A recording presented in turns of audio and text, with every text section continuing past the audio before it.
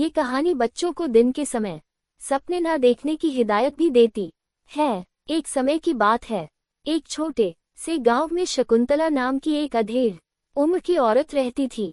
वह सब्जी बेचकर अपना एवं अपने परिवार का किसी तरह से भरण पोषण किया करती थी। एक दिन की बात है, वह अपनी सब्जी को लेकर गांव के बाजार में बेचने के लिए जा रही थी। वह सब्जी की टोकरी को अपने माथे पर रखकर खेतों के रास्ते होते हुए बाजार की तरफ जा रही थी। रास्ते में ही चलते चलते वह दिन में सपने देखने लगी थी। वह सोच रही थी कि अगर उसकी सारी सब्जियां अच्छे दामों में बिक जाएंगे और उन सब्जियों को बेचकर जो रुपया मिलेगा वह उन पैसों का क्या क्या करेगी।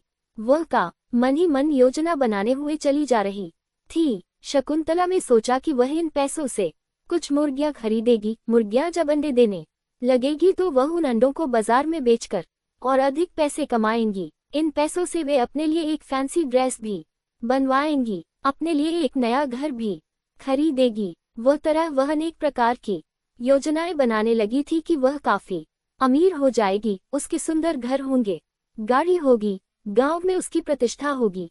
इस प्रकार वह सपने में ही काफी कम समय में एक अमीर महिला बनने का सोच रही थी। सपने देखने के चलते वह ये भूल गई थी कि उसके सिर पर एक टोकरी है और टोकरी में सब्जियां भरी पड़ी है। उसकी सब्जियां एक एक कर रास्ते में गिरती जा रही थी। धीरे धीरे सब्जियां गिरते गिरते उसकी टोकरी में एक भी सब्जी जब नहीं बची, तब उसे एहसास हुआ कि उसकी टोकरी काफी हल्की हो गई है। शकुंतला ने टोकरी अपने सिर पर से उतार कर जमीन पर रखा तो देखी उसकी टोकरी एकदम पूरी तरह से खाली हो गई थी।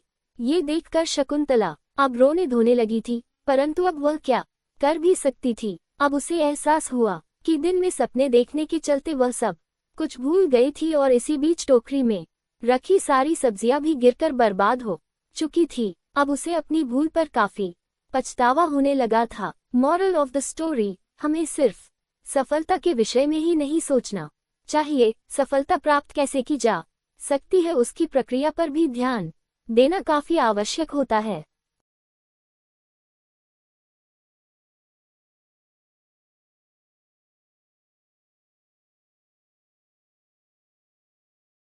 एक समय की बात है, एक तालाब के पास पेड़ पर एक मोर रहता था। मोर काफी बड़ा और सुंदर था।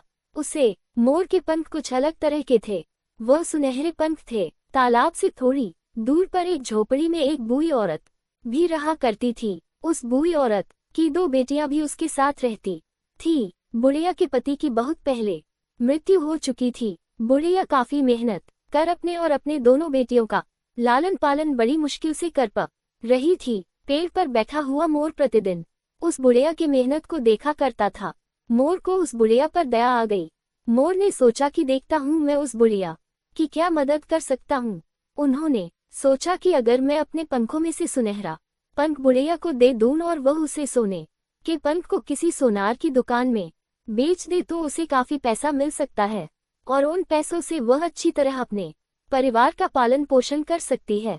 ये सोचकर अगले दिन मोर उस बूढ़ी औरत की झोपड़ी के नजदीक जाकर बैठ जाता है। जब बुढ़िया अपने घर से बाहर निकली तो मोर को देखकर बुढ़िया ने सोचा कि शायद यह मोर बहुत भूखा है और खाने की तलाश में उसकी झोपड़ी के पास शायद आया है। बुढ़िया ने मोर से कहा कि मेरे पास तुम्हें खिलाने के लिए कुछ भी नहीं है। बुढ़िया की बात सुनकर मोर ने कहा कि मैं खाने का लिए नहीं आया हूँ, मैं तुम्हें कुछ देने के लिए आया है। मोर ने बुढ़िया को अपने सुनहरे पंखों में से एक पंख निकाल कर दे दिया और कहा कि इसे बाजार में बेचकर तुम अपने लिए पैसे का इंतजाम कर सकती हो।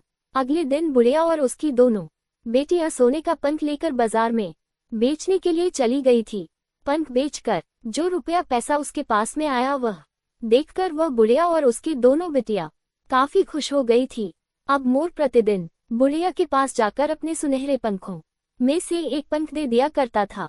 बुढ़िया और उसकी बेटी बाजार में जाकर बेचकर सोने के पंख बेचकर पैसे ले आया करती थी। अब बुढ़िया की बेटी मोर के साथ काफी घुल मिल गई थी। मोर के साथ खेलना और घूमना करती रहती थी। ठंड के मौसम में और बरसात के दिनों में उस मोर की अच्छी तरह से देखभाल भी किया करती थी। धीरे धीरे समय बीत रहा था। बूढ़ी औरत अब काफी लालची भी होती जा रही थी।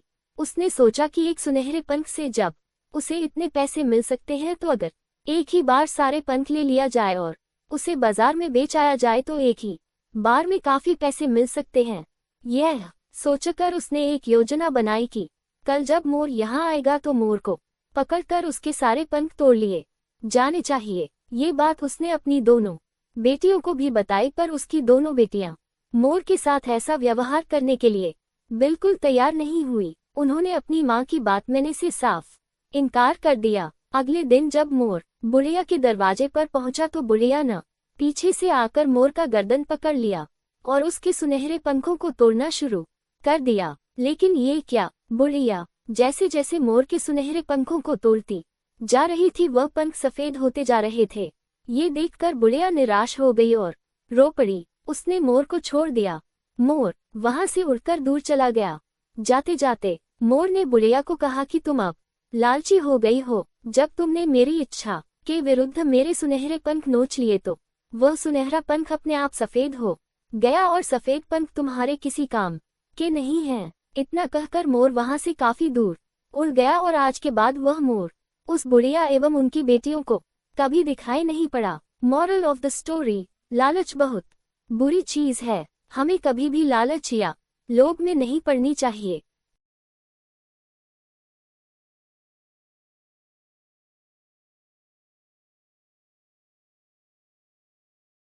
रागिनी का लंच बॉक्स। बच्चों की रात की कहानियां। एक बार की बात है, किसी गांव में रागिनी नाम की एक लड़की रहती थी। वह कभी भी अपना कोई भी सामान किसी के साथ शेयर नहीं करती थी, यहाँ तक कि अपने स्कूल के दोस्तों को भी अपना कोई सामान नहीं देती थी। एक दिन की बात है, स्कूल की ओर से वह अपने क्लास के दोस्तों के साथ जंगल में पिकनिक मनाने गई हुई थी। पिकनिक में वह अपने खाने के लिए घर से कुछ फल लेकर आए हुई थी। दोपहर में जब सभी लोग नाश्ता कर रहे थे तो उसने भी अपना लंच बॉक्स खोलकर खाना चाहा, लेकिन गलती से लंच बॉक्स में रखा हुआ सेब और फल के टुकड़े नीचे जमीन पर गिरकर खराब हो गए और वह खाने लायक नहीं रह गए। यह देखकर रागिनी काफी उदास हो गई और वह रोने भी लगी थी। उसके सामने बैठा हुआ एक लड़का सुरेश, जो उसकी ही क्लास में पढ़ता था। सुरेश रागिनी के पास आया और उससे कहा, रागिनी तुम रो क्यों रही हो।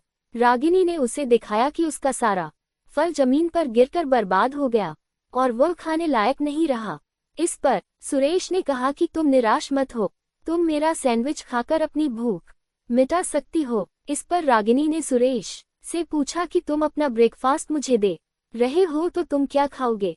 इस पर सुरेश ने कहा कि थोड़ा सा मैं भी खा लूंगा। सुरेश ने आगे कहा कि एक दोस्त ही दूसरे दोस्त के काम आता है, हमें अपनी चीजों को एक दूसरे से बांटनी चाहिए और हमेशा एक दूसरे से शेयर करना चाहिए। मॉरल ऑफ द स्टोरी, हमें अपने सामानों को, खासकर खाने पीने की चीजों को, अपने दोस्तों के बीच साझा करनी चाहिए।